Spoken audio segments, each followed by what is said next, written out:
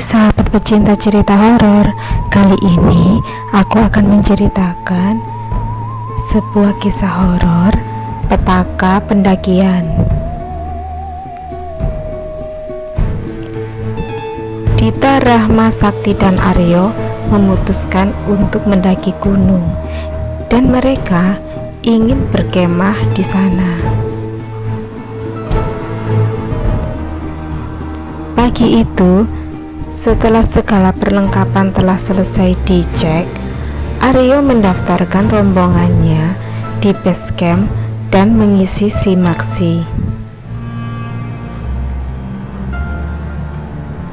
Kemudian, mereka mendapatkan penjelasan dan peraturan yang tidak boleh dilanggar selama melakukan pendakian.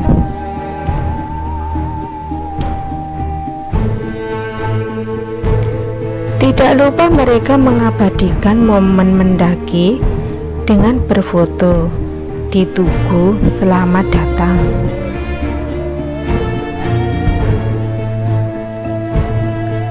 Sakti, minta tolong fotoin kita dong, kata Rahma. Bukannya menekan tombol kamera di ponsel, Sakti melihat ada sosok menyeramkan yang berada di samping Dita. Sosok itu menatap tajam ke arah Dita. Sakti, udah belum? Pegel nih, kata Dita. Udah, ini ponselnya, jawab Sakti.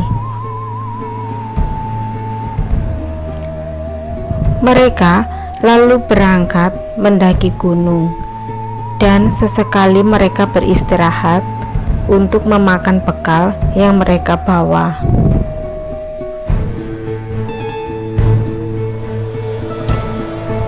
Kemudian mereka melanjutkan perjalanan lagi, dan ketika hampir menjelang maghrib, mereka merasakan telah tersesat.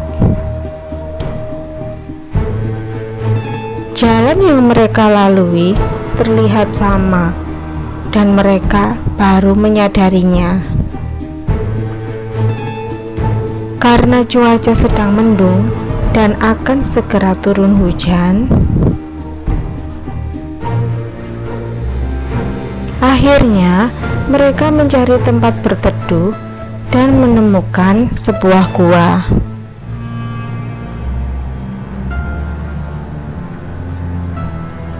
Mereka masuk ke sana untuk singgah. Aryo sangat marah kepada Sakti karena dianggap membuat mereka tersesat.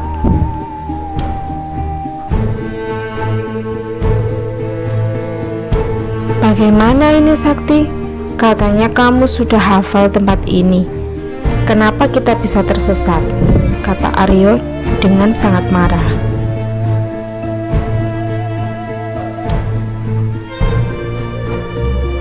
Sudah, jangan bertengkar dan saling menyalahkan. Kita menginap di sini dulu, kata Rahma.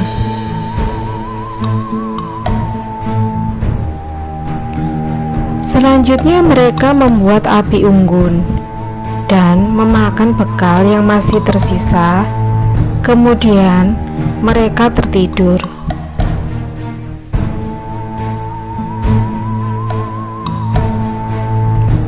Mata Sakti belum bisa terpejam. Dia masih memikirkan kenapa bisa tersesat. Bahkan seharusnya mereka sudah tiba di tempat tujuan. Dan yang lebih aneh lagi, dia merasa gua yang mereka tempati tidak pernah ada sebelumnya. Akan tetapi, karena cuaca yang buruk, mereka terpaksa masuk ke dalam gua tersebut. Sebenarnya Sakti merasa aneh ketika melihat simbol-simbol dengan tulisan kuno yang ada di dinding gua. Namun, Sakti mengabaikannya.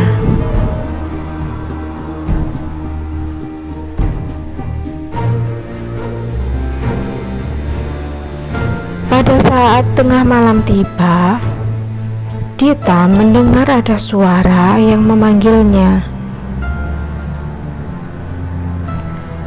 Kemudian dia membangunkan Sakti. "Dita, sudah sebaiknya kamu tidur lagi.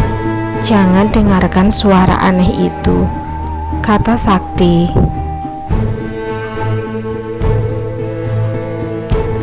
Padahal Sakti tidak mendengarkan suara apapun. Dia hanya mencoba untuk menenangkan Dita.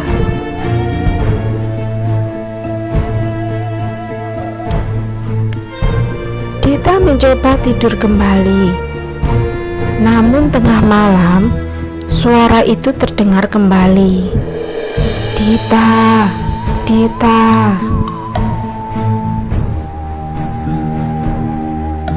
Dan tanpa sadar, ia pun berjalan masuk ke dalam gua terlalu jauh. Dia menatap tulisan kuno seperti simbol yang ada di dinding gua.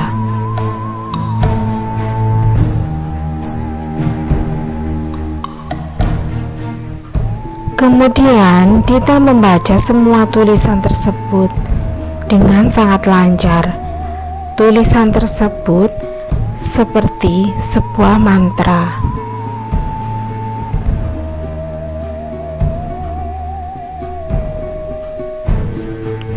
Di tempat lain, Sakti terbangun karena mendengar suara teriakan Dita dari dalam gua. Kemudian Sakti membangunkan Aryo dan juga Rahma.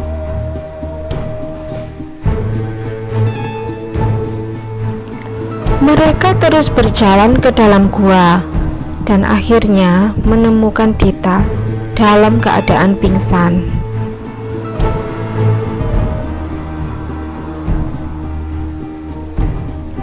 Mereka mengangkat Dita dan setelah Dita sadar, mereka menanyakan apa yang terjadi. Tetapi Dita tidak mau menjawab sama sekali. Dita menekuk lututnya sambil menggigil kedinginan. Padahal sinar matahari sudah memasuki mulut gua tersebut. Wajah Dita juga terlihat sangat pucat. Akhirnya, karena mereka khawatir melihat kondisi Dita yang sepertinya kurang sehat, mereka memutuskan untuk tidak melanjutkan perjalanan dan pulang ke rumah. Selama di perjalanan pulang, Dita menjadi pendiam dan tidak banyak bicara. Perjalanan turun pendakian sangat lancar. Bahkan mereka sampai di kaki gunung sebelum sore hari. Teman-teman Dita mengantarkan Dita pulang terlebih dahulu. Sesampainya di rumah, Ibu Dita menjadi khawatir sekali, apalagi setelah mendengar kejadian yang terjadi pada Dita.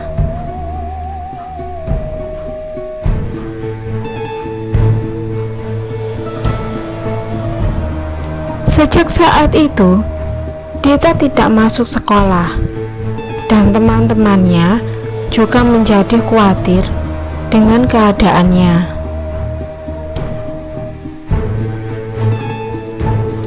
Akhirnya, sepulang sekolah, teman-temannya menjenguk Dita di rumahnya.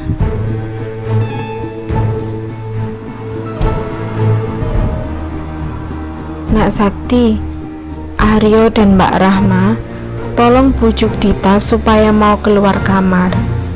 Karena sejak saat itu, Dita tidak pernah mau keluar dari kamarnya," kata Ibu Dita. Namun ketika mereka mencoba berbicara dengan Dita, dia malah mengusir teman-temannya. Karena merasa terganggu, Dita menjadi sangat marah. Dia seperti orang yang kerasukan dan wajahnya terlihat menyeramkan sekali.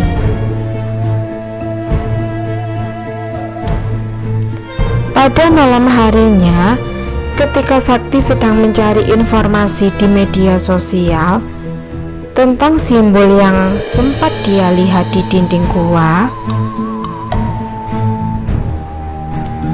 tiba-tiba dia melihat ada sosok yang menyeramkan yang datang kepadanya, sehingga Sakti berteriak ketakutan dan akhirnya dia pingsan. Di tempat yang berbeda, Aryo dan Rahma juga didatangi sosok makhluk yang sangat menyeramkan di dalam mimpi mereka.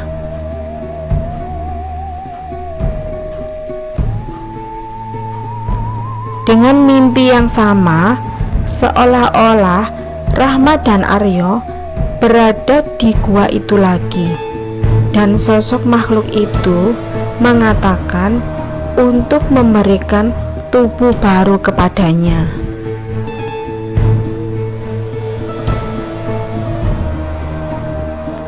Keesokan harinya, Sakti mulai berubah sikap menjadi seperti Dita. Kemudian Aryo dan Rahma semakin curiga dengan perubahan sikap mereka dan segera mendatangi seorang ustadz untuk meminta bantuannya.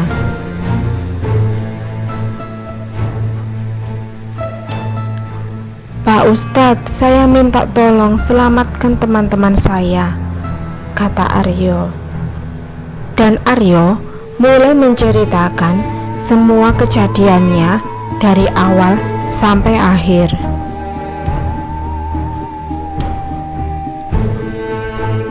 Pak Ustadz sudah mulai paham dengan yang terjadi kepada teman-teman Aryo dan juga Rahma. Di tempat lain, Sakti dan Dita tingkahnya menjadi semakin parah, dan mereka mencoba untuk menyakiti orang-orang yang ada di dekat mereka.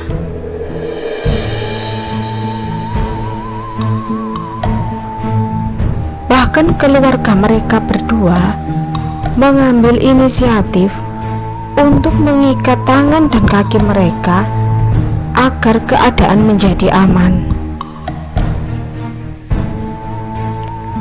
Ibu Dita terus-terusan menangis melihat keadaan anaknya yang tingkahnya seperti kerasukan menjadi sangat parah.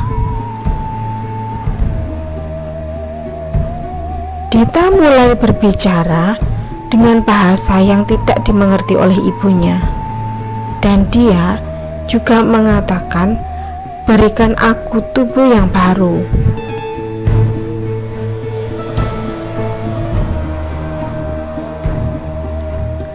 Segera Aryo dan Rahma mengajak Pak Ustadz untuk menemui dan mendatangi rumah Sakti dan juga Dita.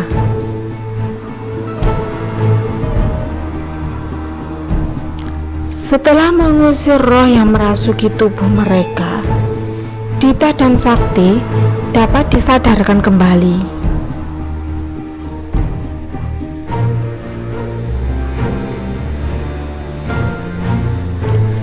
Dan roh penasaran yang berada di tubuh mereka telah dikembalikan ke tempat asalnya.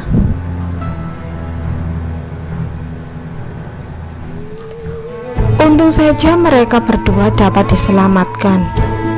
Bagaimana apabila ada kejadian lagi dan orang tersebut tidak akan selamat, kata Pak Ustadz.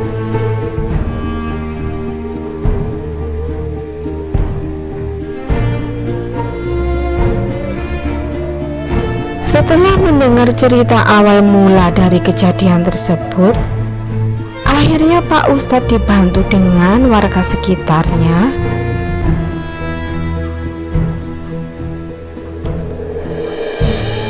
yang tinggal di kaki gunung mereka berusaha untuk menutup mulut gua tersebut agar tidak ada kejadian yang serupa terulang kembali.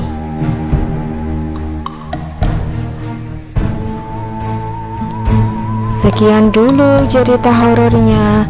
Sampai jumpa lagi di cerita horor berikutnya. Terima kasih.